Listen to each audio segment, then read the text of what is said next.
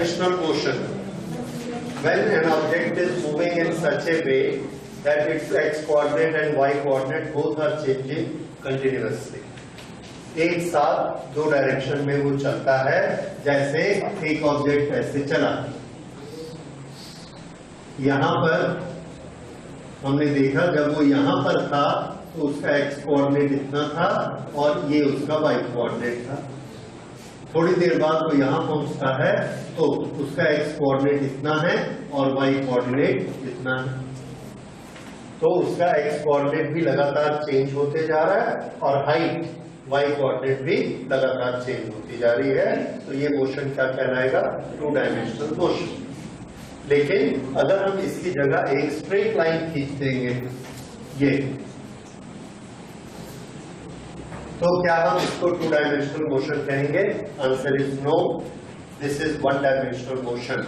लेकिन आप ये कह सकते हैं कि यहाँ पर x और y की जो वैल्यू है, यहाँ पर x और y की वैल्यू चेंज हो गई, then why it is not a two dimensional motion। तो हमारा ये आंसर है कि ये एक्सिस आर्बिट्रेरी होती है, हम इसको मानते हैं। तो हमने एक्सिस बनाई ऐसे, इसके पैरेलल यहाँ एक्सिस बनाई, this is our X axis and this is our Y axis. Now you see for this y is not changing, इसकी हाइट उतनी ही है, सिर्फ क्या चेंज हो रहा है? x coordinate. और x और y बनाना ये हमारे हाथ में है, हमारे पास रूल क्या है? इन दोनों को 90 डिग्री होना चाहिए, अदरवाइज हम ओरिएंटेशन ऐसा भी रख सकते, ऐसा भी रख सकते, ऐसा भी रख सकते, जिधर हमारी इच्छा।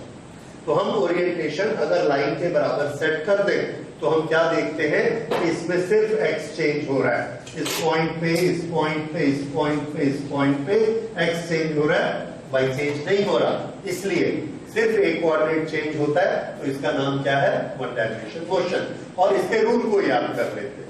If the motion is in a straight line, it is a rectilinear motion, then it is one dimensional motion. लेकिन अगर यहां पर हमने ऐसा कर्व बनाया है तो हम ऐसी एक्सिस नहीं बना पाएंगे जिसमें हाइट चेंज नहीं होगी। आप कहीं भी एक्सिस बनाइए, हाइट भी चेंज होगी और x भी चेंज होगा। इसलिए जैसे ही कर्व बनता है, that is a to dimensional motion. अब कर्व मोशन में दो तरह के मोशन हम स्टडी करेंगे टू डायमेंशनल मोशन में। One is projectile motion and another is circular motion. Projectile motion and circular motion. Circular motion, एक ऑब्जेक्ट ऐसे सर्कल में घूमता है, कहीं पर भी आप एक्सिस बनाइए, यहाँ एक्सिस बनाइए, इस पॉइंट का, इस पॉइंट का, इस पॉइंट का, एक्स और वाई लगातार चेंज हो रहा है, एक्स भी चेंज हो रहा है, हाइट भी चेंज हो रही है। ये होता है सर्कुलर मोशन। सर्कल को आप सब जानते हैं, सर्कल में घूमेगा तो सर्कुलर मोशन। प्रोजेक्टाइल मोशन हम लोग पहले स्टडी करेंगे। What is mean by A projectile motion? Projectile किसको कहते हैं? किसी भी ऑब्जेक्ट को अगर हम थ्रो करते हैं एक डायरेक्शन में, और वो डायरेक्शन होनी चाहिए अदर देन वर्टिकल। बड़ी छोटी सी डेफिनेशन है, throw any object in a direction other than vertical, it will become a projectile. तो यहां पर अर्थ है, ये इसकी वर्टिकल डायरेक्शन है, इसको छोड़कर हमने इधर फेंका किसी ऑब्जेक्ट को, तो हम क्या देखते हैं? वो ऐसे जाता है और ऐसे गिर जाता है। ये क्या है? प्रोजेक्टाइल। इसका मोशन क्या है? Projectile motion. तो ये प्रोजेक्टाइल हो गया। तो प्रोजेक्टाइल की डेफिनेशन लिखिए। Projectile, an object which is thrown in a direction, an object which is thrown in a direction other than vertical,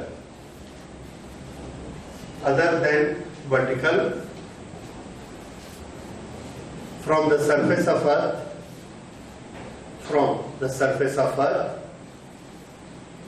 become a projectile।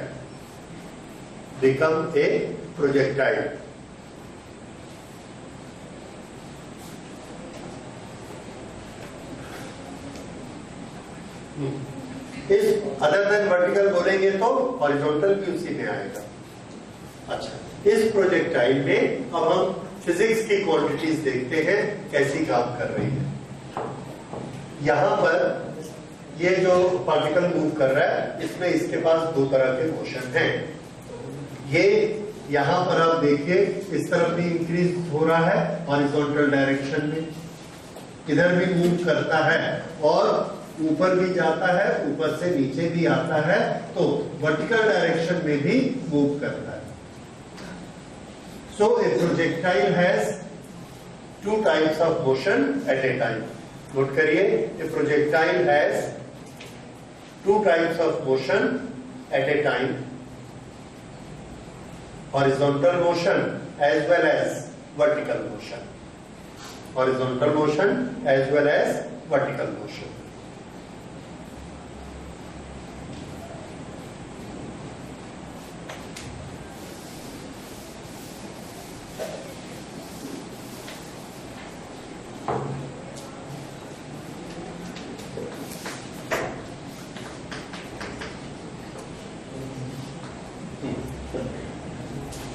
अर्थ के रिलेशन में हम जो प्रोजेक्टाइल थ्रो करते हैं उसमें हम उसको एक वेलोसिटी देते हैं। We give it a velocity which is say horizontal velocity. Due to earth gravitational force act on it and force gives it acceleration. उस एक्सीलरेशन की डायरेक्शन कौन सी होती है? जो अर्थ के फोर्स की डायरेक्शन होती है। अर्थ के फोर्स की डायरेक्शन कौन सी होगी? Vertically downward. तो ये है एक्सीलरेशन, कौन सा? जी। ये जी इस तरफ लगता है और हमने ऐसे उसको थ्रो किया है या किधर भी थ्रो किया है। We have given it a velocity which is in horizontal direction. So velocity is in one direction, but the acceleration is at right angle to it. तब क्या होगा?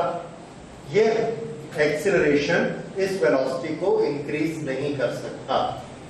जो increase नहीं कर सकता, इस acceleration का component निकालिए इस direction में। That component will be g cos 90 और cos 90 कितना होता है? 0। तो g का इस तरफ इस डायरेक्शन में कितना इफेक्ट होता है? 0। किसी भी वेक्टर का अपने 90 डिग्री में इफेक्ट कितना होता है? 0।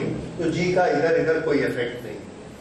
तो इसका मतलब अगर इधर एक्सेलरेशन नहीं लगेगा तो इसकी वेलोसिटी इंक्रीज नहीं हो सकती, लेकिन इस तरफ तो हो सकती है। तो हम क्या देखते हैं कि यहां पर एक पॉइंट पर इसका ये वेलोसिटी वेक्टर है हॉरिजॉन्टल, और वर्टिकल इसके पास कोई वेलोसिटी नहीं है। अगले एक सेकंड में जब ये यहां से यहां पहुंचता है तो एक्सीलरेशन के कारण इसके पास वेलोसिटी आ जाती है। एक सेकंड टाइम बीता है, इस डायरेक्शन में एक्सीलरेशन काम कर रहा है, इस तरफ इसकी वेलोसिटी क्या थी? कुछ नहीं मतलब 0। तो इस डायरेक्शन में इसकी वेलोसिटी थी 0, इस पर एक्सेलरेशन काम कर रहा है g। टाइम एक सेकंड का बीत गया तो इसके पास फाइनल वेलोसिटी आ गई u plus at। How much it will be?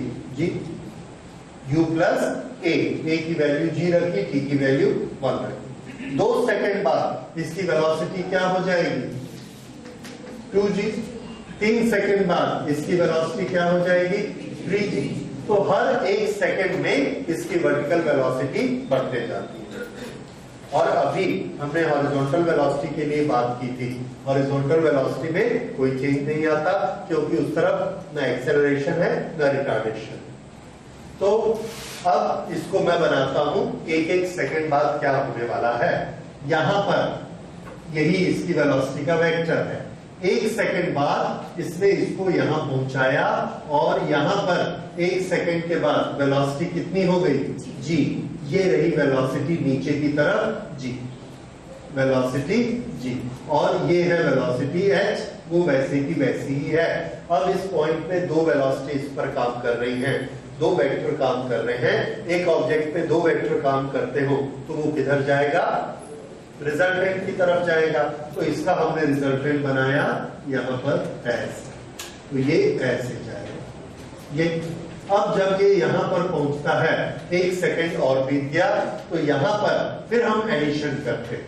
देखिए ये इधर जा रहा है, ये अभी भी कितना है, हॉरिजॉन्टल वेलोसिटी में कोई चेंज नहीं होता, तो यहाँ पर वही हॉरिजॉन्टल वेलोसिटी है इसके पास vh, लेकिन वर्टिकल वेलोसिटी जो पहले 1g थी अब कितनी हो गई 2g, तो ये वाला वेक्टर जो 1g था ये अब यहाँ पर हो गया 2 डबल। अब ये किधर जाएगा, रिजल्टेंट की तरफ, तो यहाँ पर हमने इसका रिजल्टेंट बनाया और ये ऐसा हो गया, ये रिजल्टेंट। कितना टाइम बीत गया, 1 सेकेंड, 2 सेकेंड, 3 सेकेंड, 1 सेकेंड और बीता, और अब इसकी वेलोसिटी क्या हो गई 3g। यहां पर पहुंचा तो हॉरिजॉन्टल वेलोसिटी उतनी ही है vh vh vh, लेकिन वर्टिकल वेलोसिटी अब कितनी हो गई 3g, ये s। और अब रिजल्टेंट कैसा आएगा, ये रिजल्टेंट ऐसा आ गया, यहां पर ऐसा था, फिर ऐसा, फिर ऐसा, फिर ऐसा। 1 सेकेंड बाद ये तो इतनी ही रही vh, लेकिन ये कितनी हो गई 5, ये 1 2 3, ये 4 हो गई, और ये और नीचे हो गया। इस तरह से ये इसका रिजल्टेंट है। तो ये ऑब्जेक्ट ऐसा चलता जाता है, धीरे धीरे धीरे किधर ज्यादा मुड़ता है, वर्टिकल की तरफ, क्योंकि ये वाला वेक्टर हम देख रहे हैं बड़ा होते जा रहा है। ये वेक्टर क्यों बड़ा होते जा रहा है, क्योंकि एक्सीलरेशन, किसके कारण, अर्थ के कारण। तो यहां पर वेलोसिटी vg थी, तो यहां कितनी हो गई 2vg, यहां पर 3vg, यहां पर 4vg, लेकिन ये तो नहीं बढ़ रहा है, ये यहां भी vh है, यहां भी vh है, यहां भी vh है, यहां भी vh है। तो रिजल्टेंट किस तरफ झुकता जाएगा, vg की तरफ झुकता जाएगा, और अल्टीमेटली ये ऐसा होते जाएगा। थोड़ा सा vh तो हमेशा रहेगा ही रहेगा, क्योंकि vh डाई आउट नहीं होगा, vh मरेगा नहीं, रहेगा आखिरी तक। इसलिए ये लाइन कभी भी सीधी नहीं होगी, पर प्रैक्टिकली इसका झुकाव कम होते जाएगा, क्योंकि ये लाइन बढ़ती जा रही है। बाद में जाके जब इतना सा VH रहा और इतना बड़ा VG हो गया, तो हमारा रिजल्टेंट कैसा आएगा, ऐसा रिजल्टेंट आएगा। This is as good as vertical. इतना इसका इंक्लिनेशन होता चला जाएगा, तो ये ऐसा। ये जो मोशन है, दिस इज प्रोजेक्टाइल मोशन। तो प्रोजेक्टाइल मोशन में फीचर याद रखिए, there will be one velocity in one direction, there will be velocity without acceleration. There will be acceleration in right angle to velocity. There will be acceleration at right angle to velocity. Then this motion will be known as projectile motion.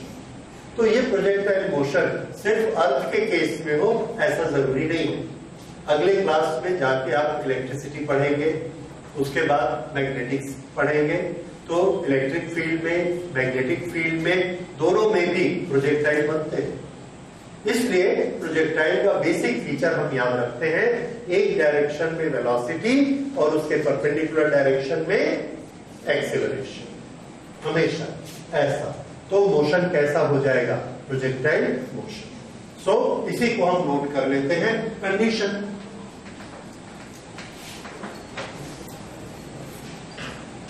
Well, uniform velocity in one direction,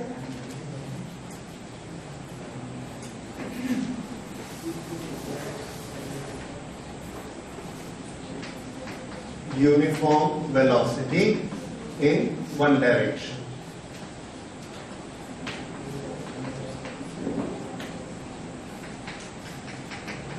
Acceleration perpendicular to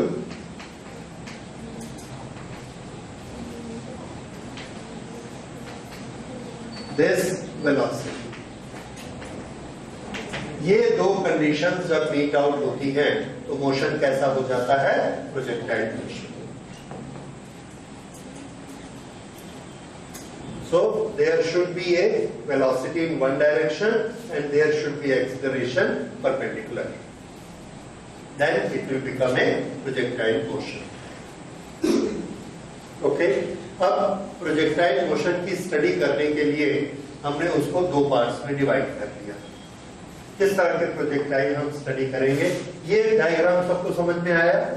because this is fundamental और ये बहुत जरूरी है हर जगह। अच्छा, ये जो vector बीच में बन रहा है, ये वाला वेक्टर क्या है? It is resultant of the two. ये एंगल कितना है? 90 डिग्री। ये एंगल कितना है? 90 डिग्री। ये है हॉरिजॉन्टल और ये वेलोसिटी है वर्टिकल। ये वेलोसिटी है एक्स डायरेक्शन में, ये वेलोसिटी वाई डायरेक्शन में। तो ये वेलोसिटी कैसे निकलेगी? कहीं पर भी आप वेलोसिटी रिजल्टेंट निकालना चाहेंगे तो आपके पास उसका फॉर्मूला है, अभी अभी आपने वेक्टर में पढ़ा है, ये vx का स्क्वायर प्लस vy का स्क्वायर। ये किसी भी पॉइंट पर हमको क्या देता है? वेलोसिटी, टोटल वेलोसिटी निकालने का तरीका। vx square plus vy square gives the total velocity. अच्छा, अब फिर से एक छोटी सी चीज वेक्टर की मैं आपको याद दिलाना चाहता हूं। ये एक वेलोसिटी है, वेलोसिटी वेक्टर। इसके हम दो पार्ट डिवाइड कर सकते हैं, हॉरिजॉन्टल में और वर्टिकल में। हॉरिजॉन्टल में जो इसकी वेलोसिटी vx बनेगी, उसका मैग्नीट्यूड कितना होगा? ये सब जानते हैं इसको, v cos थीटा। इसका वर्टिकल कंपोनेंट कितना होगा? v sin। तो जब भी किसी भी टू डायमेंशनल मोशन की वेलोसिटी को दो डायरेक्शन में तोड़ने की जरूरत पड़ेगी, तो कौन से दो पार्ट हम लेंगे? v cos theta and v sin theta. जब भी हमारे पास दो पार्ट होंगे, एक वेलोसिटी हॉरिजॉन्टल में और एक वेलोसिटी वर्टिकल में, उन दोनों को जोड़कर एक रिजल्टेंट बनाने की जरूरत पड़ेगी। तो क्या फॉर्मूला यूज करना है? v is equal to vx square plus vy square. तो ये जोड़ने के लिए, दो को एक बनाने के लिए और ये एक को दो बनाने के लिए, ये आपको जगह जगह जरूरत पड़ेगी। जब भी जरूरत पड़ेगी तो इसको यूज कर लेंगे, जरूरत पड़ेगी उसको यूज कर लेंगे। ठीक है, ओके। तो ये आपने कंडीशन नोट कर ली। अब हम लेते हैं अर्थ के इफेक्ट में जो प्रोजेक्टाइल चलते हैं, उसमें दो तरह के प्रोजेक्टाइल हो सकते हैं। देखिए, ये एक बिल्डिंग है, बिल्डिंग में यहां एक विंडो है। यहां पर खड़े होके एक आदमी ने यहां से एक ऑब्जेक्ट को हॉरिजॉन्टल डायरेक्शन में फेंका, कुछ वेलोसिटी देकर। उसकी कुछ वेलोसिटी थी, मान लीजिए u इन हॉरिजॉन्टल डायरेक्शन। तो ये चीज कैसे, ये ऑब्जेक्ट कैसे मूव करेगा? ये वैसे ही मूव करेगा जो हमने अभी बनाया था। तो ये यहां से ऐसा चलेगा और इधर ऐसे गिर जाएगा। जब ये यहां से ऐसा गिरेगा तो ये जो इसका मोशन होगा, इस मोशन के लिए हम कभी कभी वर्ड यूज करते हैं फ्लाइट ऑफ द प्रोजेक्टाइल। क्या वर्ड यूज करेंगे? फ्लाइट, क्योंकि ये उड़ता रहता है उस समय में। So this is flight of projectile. दूसरे तरह के प्रोजेक्टाइल, अर्थ पर यहां पर एक आदमी खड़ा है, यहां से उसने एक ऑब्जेक्ट को फेंका इन डायरेक्शन अदर देन वर्टिकल। यहां से थीटा एंगल बनाकर उसने एक ऑब्जेक्ट को फेंका और उसको u वेलोसिटी से थ्रो किया।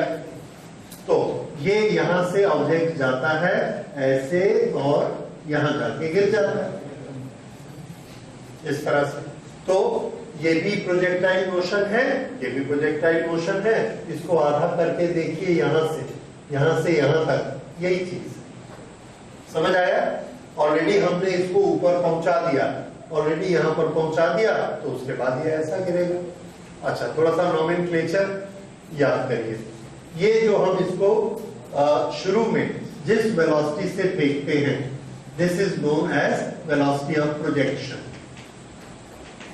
Velocity of projection. हॉरिजॉन्टल के साथ ये जितना एंगल बनाता है, इस एंगल का नाम है एंगल ऑफ प्रोजेक्शन।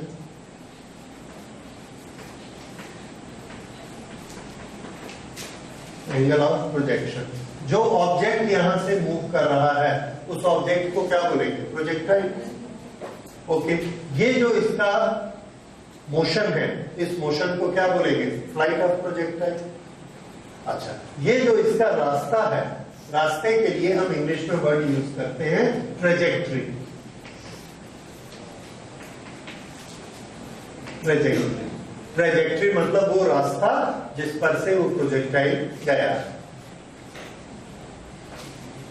यहां से ये प्रोजेक्टाइल चला और हवा में है, फिर इसने दोबारा ग्राउंड को यहां पर टच किया, इसकी फ्लाइट खत्म हो गई।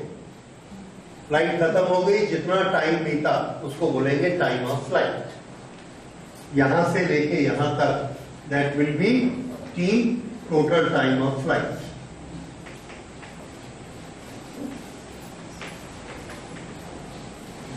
तो टी हम किसके लिए यूज करेंगे? टोटल टाइम ऑफ फ्लाइट, जहां से शुरू किया मोशन, जहां मोशन खत्म हो गया। This is total time of flight. इस टाइम ऑफ फ्लाइट में हम क्या देख रहे हैं? ये अपनी हाइट भी बदल रहा है और ये डायरेक्शन भी बदल रहा है। तो सबसे ज्यादा हाइट इसको यहां पर मिली थी, इस जगह पर। तो ये जो हाइट है इसको बोलेंगे maximum height of projectile. Maximum height h, maximum height of projectile. जहां से हमने इसको थ्रो करना शुरू किया, ये जाकर एक जगह पर गिरेगा। ये जो हॉरिजॉन्टल डिस्टेंस है, जितनी दूर ये जाकर गिरा, ये यहां से लेके यहां तक, इसको बोलेंगे range. Range of projectile.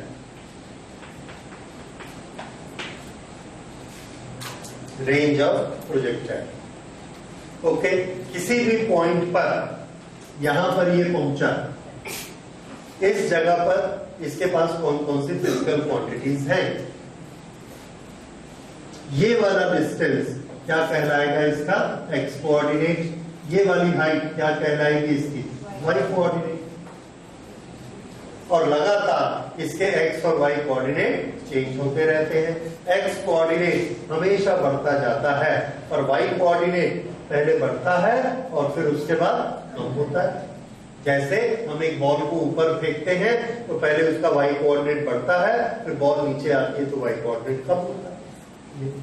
Okay, उसके बाद इसके पास किसी भी पॉइंट पर इसके पास दो वेलोसिटीज होती हैं।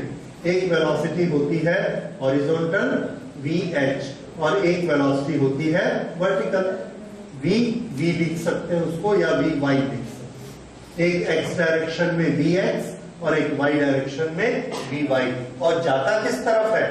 रिजल्टेंट की तरफ, दोनों के रिजल्टेंट की तरफ। तो ये किसको दिखाता है? V resultant.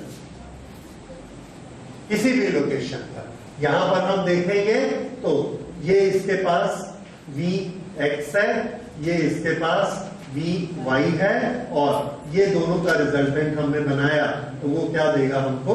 V resultant. इस तरह से ये V रिजल्टेंट। ओके, तो ये फिजिकल क्वांटिटीज हैं जो हमारे प्रोजेक्टाइल में जगह जगह हम यूज करेंगे। ओके, इसमें किसी में डाउट है? किसी क्वांटिटी में सॉल्व होते? नाउ अब हम इसकी क्वांटिटीज के रिलेशंस आपस में स्टैब्लिश करेंगे। पहले ये वाला टॉपिक लेते हैं, ये ज्यादा इजी होता है, इसको हम लोग छोटे छोटे इक्वेशंस में बना सकते हैं। इसको हम कहेंगे हॉरिजॉन्टल प्रोजेक्टाइल और इसको कहेंगे एंगुलर प्रोजेक्टाइल। इसके लिए ऊपर नाम नोट कर लीजिएगा, क्या कहेंगे? एंगुलर। क्यों? हॉरिजॉन्टल के साथ ये एक एंगल बनाता है थीटा, इसीलिए इसको एंगुलर प्रोजेक्टाइल।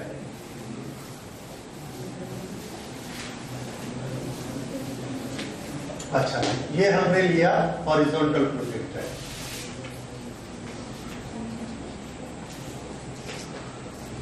हॉरिजॉन्टल प्रोजेक्टाइल में यहां से एक ऑब्जेक्ट को हम हॉरिजॉन्टल डायरेक्शन में इनिशियल वेलोसिटी देते हैं। इनिशियल वेलोसिटी की डायरेक्शन हॉरिजॉन्टल। ये दो तरह के एग्जांपल आपको मिलेंगे। एक, किसी बिल्डिंग से किसी आदमी ने हॉरिजॉन्टल डायरेक्शन में एक ऑब्जेक्ट को फेंका, इट हैज हॉरिजॉन्टल वेलोसिटी। दूसरा, एक एरोप्लेन हॉरिजॉन्टल डायरेक्शन में मूव कर रहा है।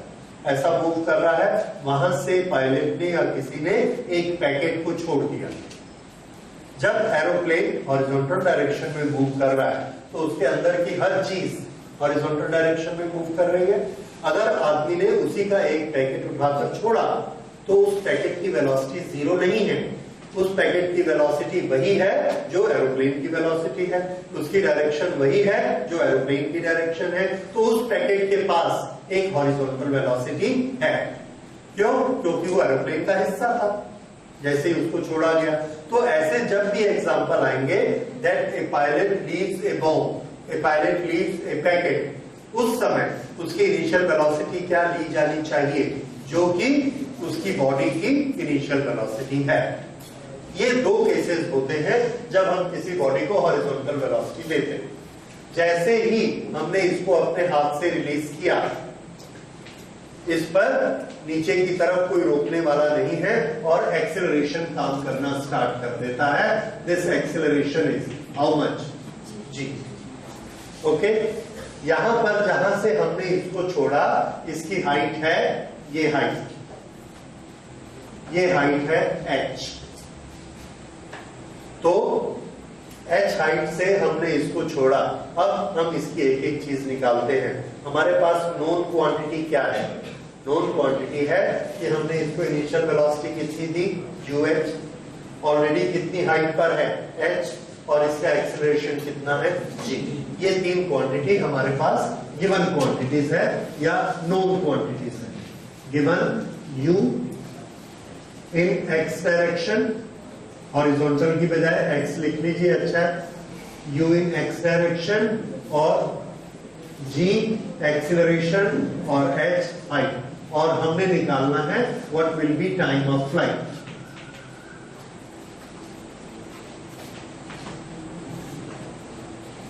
Time of flight, time of flight के लिए एक मंत्र याद रखिए कि टाइम ऑफ फ्लाइट हमेशा वर्टिकल मोशन से निकाली जाती है। टू डायमेंशन मोशन में बॉडी दो तरह के मोशन कर रही है, एक हॉरिजॉन्टल मोशन और एक वर्टिकल मोशन। दोनों मोशन कर रही है क्योंकि ये आगे भी बढ़ रहा है और वर्टिकल डायरेक्शन में भी चल रहा है, तो दोनों मोशन कर रही है। दोनों मोशन को हमको अलग अलग व्यू करना है, दोनों मोशन को हमको अलग अलग इक्वेशन बनाने हैं। क्यों? इसलिए क्योंकि हमारे पास जो इक्वेशन है वो वन डायमेंशन मोशन के ही इक्वेशन। कौन से? b is equal to u plus a t, s is equal to u t plus half a t square. ये तीनों इक्वेशन वन डायमेंशन के हैं जब कोई चीज एक स्ट्रेट लाइन में चलती है। तो हम क्या मानते हैं कि ये ऑब्जेक्ट दो स्ट्रेट लाइन में इकट्ठा चल रहा है, एक हॉरिजॉन्टल स्ट्रेट लाइन में और एक वर्टिकल स्ट्रेट लाइन में। अब अगर हमने इसका टाइम निकालना है तो इसका टाइम किस पर डिपेंड करता है, हॉरिजॉन्टल मोशन पे कि वर्टिकल मोशन? हॉरिजॉन्टल मोशन पे ये ऐसा चलते जा रहा है, क्या फ्लाइट खत्म हुई? नहीं हुई। वर्टिकल मोशन में ये ऐसा चलते जा रहा है। जैसे ही जमीन से टकराएगा हम बोलेंगे फ्लाइट खत्म हो गई, घड़ी बंद कर दो, टाइम की काउंटिंग फिनिश। तो टाइम की काउंटिंग किस पर डिपेंड करती है, हॉरिजॉन्टल पे कि वर्टिकल? वर्टिकल। तो हमेशा के लिए याद रख लीजिए, प्रोजेक्टाइल में टाइम की काउंटिंग हमेशा किस मोशन से की जाएगी? वर्टिकल मोशन से, क्योंकि जैसे ही प्रोजेक्टाइल की हाइट जीरो होती है फ्लाइट खत्म हो जाती है। ठीक है, तो टाइम हमेशा किससे काउंट करना है? वर्टिकल मोशन से। अब यहां पर अलग अलग नजरिया रखना है आपको कि इस ऑब्जेक्ट के पास अगर मैं पूछूंगा इसकी वेलोसिटी कितनी, तो आपको तीन वेलोसिटीज समझ में आनी चाहिए, हॉरिजॉन्टल वेलोसिटी, वर्टिकल वेलोसिटी और रिजल्टेंट वेलोसिटी। यहां पर हॉरिजॉन्टल वेलोसिटी कितनी है? ux। वर्टिकल वेलोसिटी कितनी है? 0। वर्टिकल वेलोसिटी 0, वेलोसिटी की बात कर रहे हैं। ठीक है, तीनों चीजें मैं आपको बोलता हूं। डिस्प्लेसमेंट, इस लोकेशन पर डिस्प्लेसमेंट x की डायरेक्शन में कितना है, 0। ये हमारी ओरिजिन है, ये ओरिजिन है, तो x की डायरेक्शन में कितना डिस्प्लेसमेंट है, 0। y की डायरेक्शन में कितना डिस्प्लेसमेंट है, h। ओके, वेलोसिटी, इसके पास x की डायरेक्शन में कितनी वेलोसिटी है, ux। y की डायरेक्शन में कितनी वेलोसिटी है, 0, क्योंकि नीचे गिरना अब शुरू करेगा, अभी तक नहीं गिर रहा था नीचे। उसके बाद एक्सीलरेशन, ये क्या चीज है, initial, displacement, velocity, acceleration. Acceleration कितना है जी ना, एक्सीलरेशन x की डायरेक्शन में कितना है, 0। y की डायरेक्शन में कितना है, ये तीनों चीज नोट करिए और ये अपने दिमाग में बैठा के रखिए कि किस डायरेक्शन में कितना है।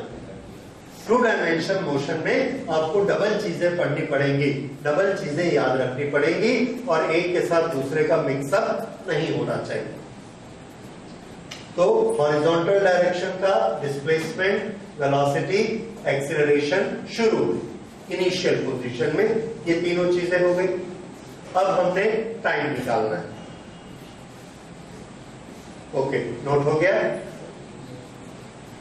टाइम निकालने के लिए कौन सा मोशन काम में लाएंगे, वर्टिकल। वर्टिकल मोशन में टाइम कैसे निकलेगा, देखिए यहां से ये ऑब्जेक्ट चला, कितना डिस्टेंस इसको ट्रेवल करना है, वर्टिकल की ही बात कर रहे हैं, कितना डिस्टेंस ट्रेवल करना है, h। इनिशियल वेलोसिटी कितनी है, y डायरेक्शन की, 0। एक्सीलरेशन कितना है, g। तो टाइम कितना लगेगा ये निकालने के लिए कौन सा फॉर्मूला यूज करेंगे, फॉर्मूले में ये 1/, s हमको दिया है, s is equal to h, u is equal to 0 और acceleration in y direction is equal to g और t हमको निकालना है। s u a t कौन सा है, yes you all know it is s is equal to ut plus half at square। s किसके बराबर है, h, u 0 plus half g and t square। यहां से यहां गिरने के टाइम को हम क्या बोलेंगे, टाइम ऑफ फ्लाइट, तो उसको हमने कैपिटल T लिख दिया, t स्क्वायर ये। और इससे अब आप t की वैल्यू निकाल सकते हैं, t इज इक्वल टू 2 इधर आएगा, 2h अपॉन g। ये आ गया time of flight of this projectile. इसके मेथड को याद रखिए, मेथड हमको क्या याद रखना है कि हमने क्या निकाला, वर्टिकल का एक इक्वेशन लगाया ये वाला, और वर्टिकल इक्वेशन से इसको बनाया। अगर आप फॉर्मूला याद करने की कोशिश करेंगे तो फॉर्मूले इतने ज्यादा हो जाएंगे कि आप हो सकता है फुल याद ना कर सके और उसमें कंफ्यूजन हो जाएगा, कौन सा हॉरिजॉन्टल का है, कौन सा एंगुलर का है, इस तरह से बहुत सारे चेंजेस आ जाएंगे। इसलिए मेथड भी साथ में याद रखिए, इस मेथड से हमने बनाया h वाले में। तो ये टाइम का फॉर्मूला आ गया। अब उसके बाद दूसरा फॉर्मूला हम इसका लेते हैं, रेंज।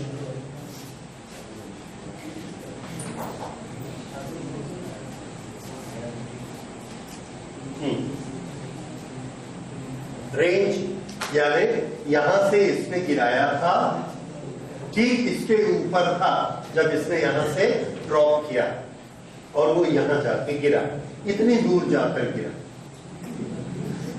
ये वाला रेंज r। इसकी वैल्यू हमको निकालनी। इसकी वैल्यू निकालने के लिए याद रखिए, डिस्प्लेसमेंट के लिए हमारे पास फॉर्मूला है वेलोसिटी इनटू टाइम। अगर एक्सेलरेटेड मोशन है तो s is equal to ut plus half at square.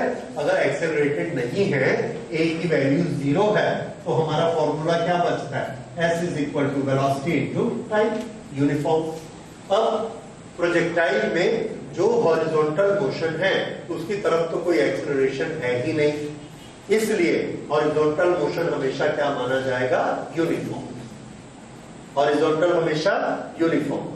अगर हॉरिजॉन्टल यूनिफॉर्म है तो डिस्टेंस निकालना बहुत आसान है, क्योंकि उसमें एस का एक ही फॉर्मूला होता है, वेलोसिटी इनटू टाइम। अब टाइम तो हम ऑलरेडी फॉर्मूले से निकाल चुके हैं, और वेलोसिटी हमको मालूम है, वेलोसिटी कितनी है u। तो रेंज कैसे निकालेंगे? Range is equal to velocity in horizontal direction multiplied by time, 2h upon g। तो ये हमारा आ गया रेंज, 2u(h) अपॉन g। ये हमने इसका रेंज निकाल लिया बस। तो इस तरह से हॉरिजॉन्टल डिस्टेंस हमेशा कैसे कैलकुलेट किए जाएंगे? Horizontal velocity multiplied by time, सिर्फ एक ही फॉर्मूला है, क्योंकि इसमें कोई एक्सेलरेशन नहीं। ये दो चीजें इसकी हो गई बस। इसके बाद इसको थोड़ा सा और कॉम्प्लिकेटेड बनाया जा सकता है।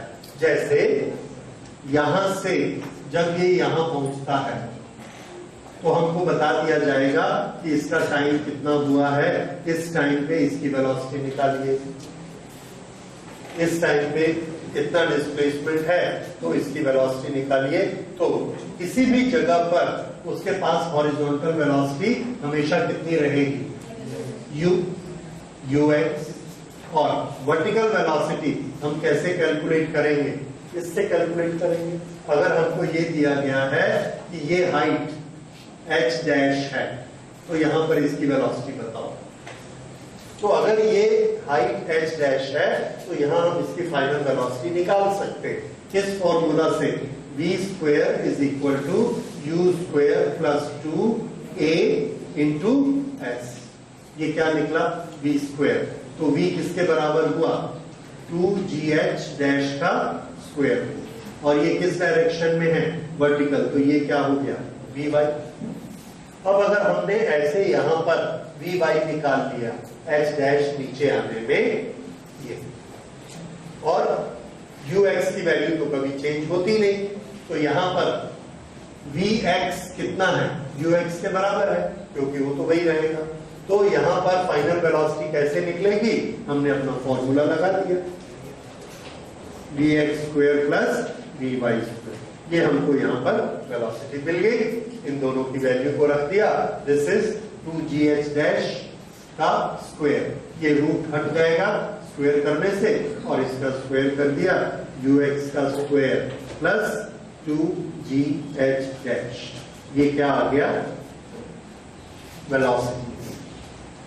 कहां पर की वेलोसिटी है ये? यहां से जब ये h डैश नीचे गिर चुका है, ऐसा। ये एक एग्जांपल है, ये स्टैंडर्ड फॉर्मूला नहीं। इस तरह के अगर न्यूमेरिकल आते हैं तो हम ऐसे बना सकते हैं। ये मेथड आपको याद रखना है। तो ये दो स्टैंडर्ड चीजें हैं, one is range and one is time. तो ये हम लोगों ने किया हॉरिजॉन्टल में,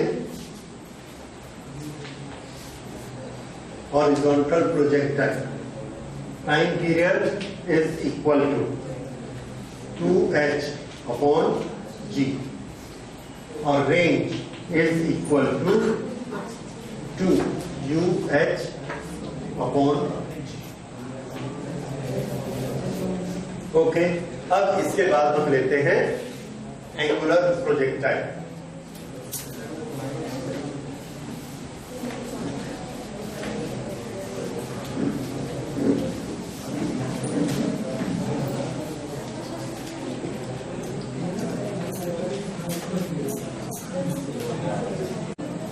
हाँ, एंगुलर प्रोजेक्टाइल ये अर्थ का हॉरिजॉन्टल लेवल है।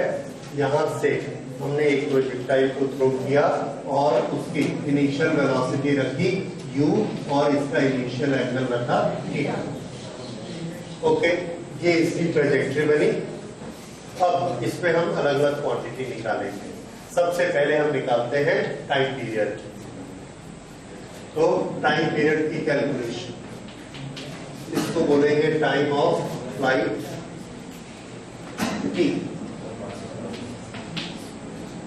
अब इसके लिए हमने मोशन की एक कंडीशन देखी। टाइम ऑफ फ्लाइट किससे निकाला जाता है? Vertical motion. यहां पर इसकी पोजीशन यहां से शुरू हुई, जब टाइम खत्म हो जाएगा तो इसकी पोजीशन कहां होगी? यहां पर। यहां इस पोजीशन से इस पोजीशन तक जाने में जितना टाइम लगा उसको क्या बोलेंगे? Time of flight. अब ये बताइए, इस पोजीशन से इस पोजीशन तक जाने में हाइट कितनी डिफरेंस आई? हाइट ऊपर बढ़ी, हाइट नीचे बढ़ी, या हाइट नहीं बढ़ी?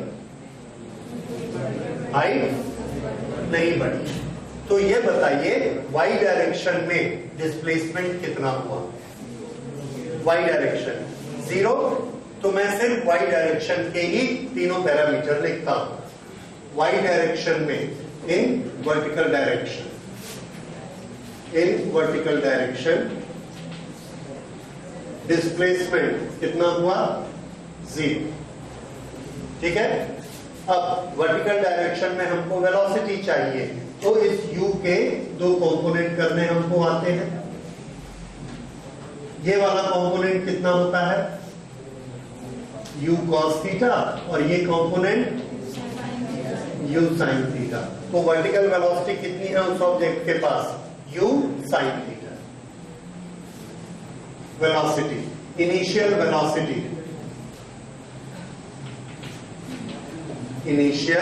Velocity is equal to u sin theta. ये आ गया। ओके, एक्सीलरेशन बताइए। एक्सीलरेशन नीचे की तरफ काम करता है, उसकी वैल्यू कितनी? g। तो इसको हम क्या लेंगे? g नीचे की तरफ काम करता है, इसलिए माइनस लगा देंगे नीचे की तरफ g। u sin थीटा किधर है? ऊपर। g किधर है? नीचे। तो दोनों के साइन उल्टे रहेंगे। निकालना क्या है हमको? t। टाइम निकालना है, और इस टाइम का हमने नाम क्या रखा? t। अब देखिए आपके पास क्या क्या है? s, u, a और t। तो आप सेट कर सकते हैं, आप खुद ही सेट करिए और तुरंत इसको बनाइए। s is equal to ut, u sin theta into t, ut plus half a into t square. ये बना। अब s की वैल्यू कितनी है? डिस्प्लेसमेंट 0, इसलिए इसको हमने क्या रखा? 0। 0 is equal to u sin theta into t plus, ये plus into minus half gt square. दोनों में से t कॉमन निकाला, इधर ले आए तो वो भी 0 हो गया। तो अब हमारे पास इक्वेशन बचा u sin theta is equal to minus half gt। उसमें माइनस हाफ gt को भी ट्रांसफर किया, तो this become half gt is equal to u sin theta. ये आ गया। t को कॉमन निकालकर इधर डिनोमिनेटर में ले आएंगे, तो 0/t भी क्या बन जाएगा? 0। वो 80 खत्म हो गया। क्या बचेगा यहाँ पे? कुछ नहीं, u sin थीटा। यहाँ पे क्या बचेगा? Half g into T. ये सबको क्लियर हो गया। उसके बाद माइनस हाफ gt को इस तरफ ले आए, तो क्या हो गया? Plus half gt। तो हाफ gt is equal to this, तो t की वैल्यू आ गई। t इज इक्वल टू, ये 2 यहां चला जाएगा, तो this will become 2u sin theta, और इस g को नीचे ले जाएंगे g, 2u sin theta upon g। तो ये हमने निकाला एंगुलर प्रोजेक्टाइल। एंगुलर प्रोजेक्टाइल का time of flight t is equal to 2u sin theta upon g। u क्या है? Initial velocity. थीटा क्या है? Angle of projection. g acceleration, and capital T is total time. ये आ गया। अब अगली चीज हम निकालते हैं range.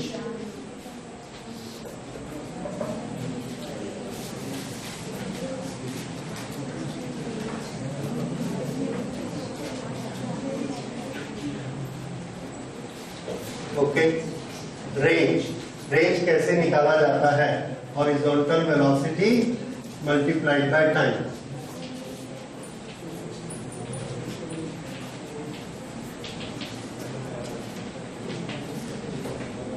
Horizontal velocity into time. Horizontal velocity इसकी कितनी है, u cos theta, so we write it u cos theta multiplied by time.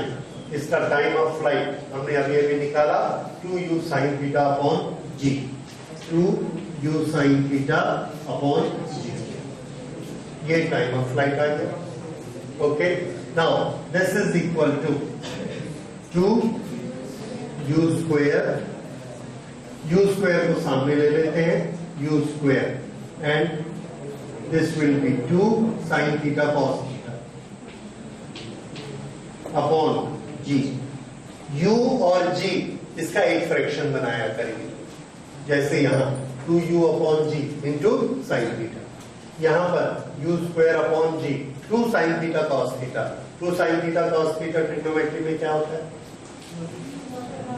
No no no, sin 2 theta, that is equal to sin 2 theta. तो ये कितना हो गया, u square upon g into sine 2 theta. तो theta वाला formula ये ठीक है, लेकिन अगर हमको एक ही ट्रिग्नोमेट्रिक फंक्शन चाहिए, इसमें दो फंक्शन है, साइन भी और कॉस। अगर सिंगल बनाना है तो ये क्या बनेगा, साइन 2 थीटा। तो ये क्या आ गया, रेंज। तो ये हमने r का फॉर्मूला नोट कर लिया, r is equal to g भी है ना यहाँ, yes, u square upon g into sine 2 theta. So this is u square upon g sine 2 theta. और इसी का दूसरा फॉर्मेट ये है 2u square sine theta cos theta upon g, ये दोनों रेंज के लिए। ओके, तो ये हमने टाइम पीरियड निकाला, रेंज निकाला। अब अगली चीज हम निकालते हैं, हाँ जी, इसको नोट किया। नेक्स्ट हम ये निकालते हैं, जब हम इस प्रोजेक्टाइल को u वेलोसिटी से थीटा एंगल बनाकर फेंकते हैं तो ये ज्यादा से ज्यादा कितना ऊपर जाएगा, कितना ऊपर जाएगा डायग्राम के अनुसार, ये वाला जो हाइट है, this height will be known as maximum height. ये मैक्सिमम हाइट हमको निकालनी है। इस मैक्सिमम हाइट की शर्त क्या है, इस मैक्सिमम हाइट की शर्त ये है कि यहाँ पर ये जो इसकी वर्टिकल वेलोसिटी है u sin थीटा, वो वर्टिकल वेलोसिटी सबसे ऊपर जाकर कितनी हो जाती है, 0। किसी भी चीज की वर्टिकल वेलोसिटी सबसे ऊपर वाले पॉइंट में जाकर 0 हो जाती है। यहाँ भी इसकी वर्टिकल वेलोसिटी 0 हो जाएगी, तो इसके पास कौन सी वेलोसिटी बचेगी, सिर्फ हॉरिजॉन्टल वेलोसिटी बचेगी। तो ये भी याद रखिए, सबसे टॉप मोस्ट पॉइंट पर सिर्फ कौन सी वेलोसिटी होती है, हॉरिजॉन्टल वेलोसिटी, और वो कितनी होती है, u cos थीटा।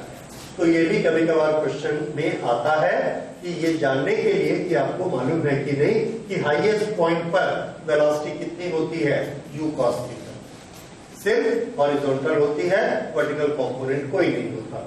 ओके, तो हम वर्टिकल पर काम करते हैं मैक्सिमम हाइट निकालने के लिए, और पहले शर्त को लिखते हैं। ये हम क्या निकालने जा रहे हैं, maximum height.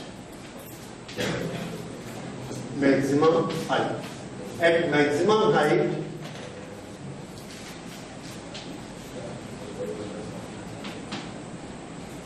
velocity in y direction will become 0. Okay, initial ये कौन सी वेलोसिटी होगी, फाइनल। इनिशियल वर्टिकल वेलोसिटी कितनी है, u sin थीटा। ये इनिशियल वर्टिकल वेलोसिटी है, ये फाइनल वर्टिकल वेलोसिटी है। एक्सीलरेशन परमानेंट आपको मालूम है, नीचे की तरफ g, और हमको निकालना क्या है, डिस्टेंस निकालना है। हमको निकालना है s which is equal to h max, और ये क्वेश्चन ये हमको निकालना है। तो s का फॉर्मूला सेट करते हैं, s is equal to b square minus u square upon 2a। इसमें वैल्यूज को रखा, तो s की वैल्यू हमने क्या रखी, h max. This is equal to v square 0 minus u square sin square theta upon 2a, that is 2 into minus g. So simplify कर दिया, maximum height is equal to u square sin square theta upon 2g. u square sin square theta upon 2g, this is maximum height. ये formula हमने यहाँ note कर दिया.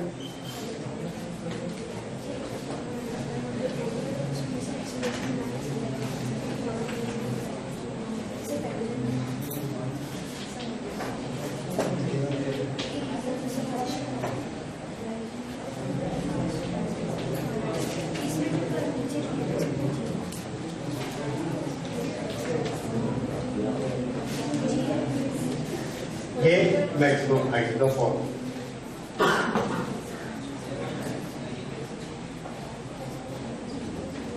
Okay, time period, range and maximum height, ये 3 formulas हो गए. उसके बाद हम निकाल सकते हैं इक्वेशन ऑफ द प्रोजेक्टाइल. ये क्या चीज होगी? इक्वेशन ऑफ प्रोजेक्टाइल का ये मतलब है एक एक्स और वाई, ये 2 पोजीशन है इसकी किसी भी पॉइंट की. ये हमने पॉइंट लिया, इस पॉइंट के पास ये वाला डिस्टेंस क्या कहलाएगा? इसका एक्स कोऑर्डिनेट, और इसकी हाइट क्या कहलाएगी? Y coordinate. वाई और एक्स, जैसे जैसे एक्स बदलता है वैसे वैसे वाई बदलता है. So y is a function of x. Okay, y और x में आपस में एक रिलेशन है, एक इक्वेशन है. उसमें अगर हम x की वैल्यू रखेंगे तो y मिलेगा, y की वैल्यू रखेंगे तो x मिलेगा. कहीं पर भी ये पॉइंट हो, अगर ये पॉइंट यहाँ है तो हमने ये x की वैल्यू रखी, हमको y की वैल्यू सही सही मिल जाएगी, एग्जैक्ट मिल जाएगी. वो इक्वेशन अगर हम ढूंढ लें, वो इक्वेशन बना दें, तो उसको क्या बोलेंगे? Equation of this projectile motion. क्योंकि उस इक्वेशन में जब भी हम x की वैल्यू रखेंगे हमको y की वैल्यू मिल जाएगी. तो इक्वेशन, किसी भी चीज का इक्वेशन क्या होता है? Equation is a equation which gives the relation between x coordinate and y coordinate, that is equation. तो इक्वेशन ऑफ प्रोजेक्टाइल बनाते हैं.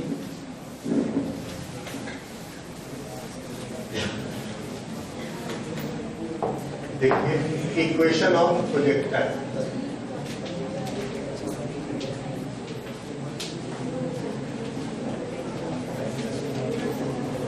Equation of projectile, relation between x and Y.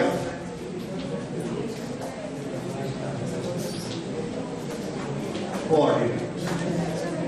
Okay, यहां से हमने इस ऑब्जेक्ट को थ्रो किया, यहां पर पहुंचा, तो इसके y कोऑर्डिनेट और x कोऑर्डिनेट में क्या रिलेशन है उसको हमने निकालना है. और इसके लिए एक चीज याद रखिए कि x और y दोनों लगातार बदल रहे हैं, दोनों मोशन अलग अलग हो रहे हैं, दोनों का डिस्टेंस अलग है, दोनों की वेलोसिटी अलग है, दोनों का एक्सेलरेशन अलग है, लेकिन एक चीज दोनों में कॉमन, और वो है टाइम. जब ये यहां से चलता है तो यहां पर पहुंचता है, टाइम हुआ 3 सेकेंड. तो x की डायरेक्शन में कितने टाइम तक मूव कर चुका? 3 सेकेंड. y की डायरेक्शन में कितने टाइम तक मूव कर चुका? 3 सेकेंड. यहां से यहां पहुंचा, टाइम हो गया 5 सेकेंड. तो x की डायरेक्शन में कितनी देर तक मूव किया? 5.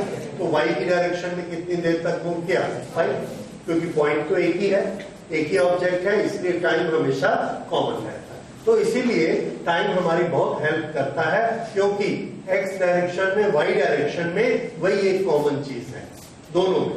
इसलिए बार बार हम उसकी हेल्प लेते हैं. एक तरफ से t निकाल के लाएंगे, उसको दूसरी तरफ रख देंगे. देखिए यहां किस तरह से उसको करते हैं. तो at time t at time t, x किसके बराबर होगा, u cos थीटा मल्टीप्लाइड बाय टाइम। ठीक है, x कोऑर्डिनेट इस डायरेक्शन में, x डिस्टेंस इस डायरेक्शन में कैसे निकालेंगे, वेलोसिटी इनटू टाइम। वेलोसिटी कितनी, u cos थीटा, और टाइम कितना बीता है इसका, t, x y t। तो x का तो बड़ा सिंपल इक्वेशन हो गया, x is equal to u cos theta into t. हम चाहे तो इससे t की वैल्यू निकाल सकते हैं, t is equal to x coordinate upon u cos theta. ये हमने t की वैल्यू निकाल के रखी। अब y को t के टर्म्स में एक्सप्रेस करते हैं, तो y क्या है, डिस्प्लेसमेंट, लेकिन वर्टिकल डायरेक्शन में एक्सेलरेटेड मोशन चालू हो जाता है बिकॉज ऑफ g, तो हमारा फॉर्मूला बदल जाएगा। अब हमारा फॉर्मूला होगा s is equal to u t plus half a t square. तो उस फॉर्मूले को हमने लगाया किसको, s is equal to u t plus half a t square. किस डायरेक्शन में, वर्टिकल। ये किधर लगाया था, हॉरिजॉन्टल। ओके, वर्टिकल में ये फॉर्मूला को हमने लगाया, तो y कोऑर्डिनेट किसके बराबर हुआ, u initial velocity u sin theta into t plus half a की जगह माइनस g t स्क्वायर। अब ये हमारा y का फॉर्मूला बना। इस y के फॉर्मूले में जहां जहां t आया है वहां वहां उसकी वैल्यू रख दीजिए इक्वेशन 1 से, तो उसमें कौन आ जाएगा, x आ जाएगा, t एलिमिनेट हो जाएगा। तो हमको रिलेशन किस किस के बीच मिल जाएगा, y और x, वही हमें चाहिए। तो y किसके बराबर हुआ, u sin theta into t क्या रखना है, x upon u cos theta, plus into minus half g और t का square x square upon u square cos square. ये आ गया। अब आप देखिए इसमें एक तरफ y है एक तरफ x है, दोनों का रिलेशन आ गया, और बाकी तो गिवन क्वांटिटी है u g और थीटा। u और u कैंसिल हो गया, sin theta upon cos theta is equal to tan theta. तो ये हमारा इक्वेशन बना, y is equal to tan theta into x minus g upon 2u square cos square theta into x square.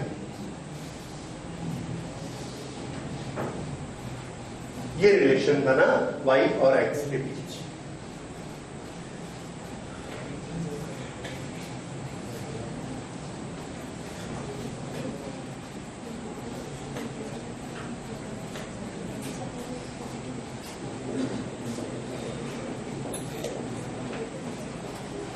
Okay, जैसे जैसे y change होता है वैसे वैसे x चेंज होता है। अगर हम आपसे ये पूछेंगे ग्राफ के क्वेश्चन में कि x और y दोनों चेंज हो रहे हैं, इस ग्राफ की शेप बताइए।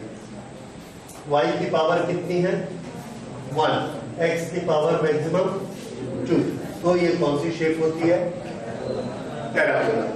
अगर दोनों 1 1 होते तो स्ट्रेट लाइन, लीनियर रिलेशन, 1 और 2 है तो पैराबोला। तो प्रोजेक्टाइल का जो ट्रेजेक्ट्री होता है, जो रास्ता होता है, उसकी शेप कैसी होती है, पैराबोला, वो हमको इससे पता चलता है। ठीक है, this is a quadratic equation.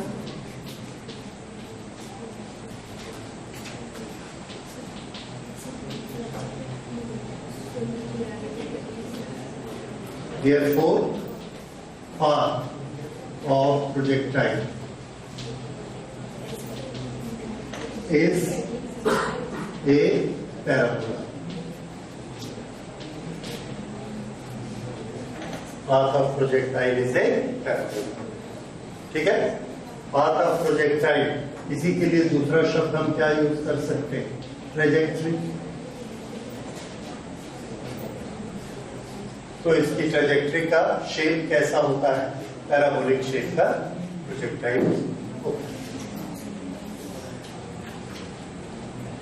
Okay, आज हम बस इतना करेंगे, बाकी टीचर्स अगली क्लास में।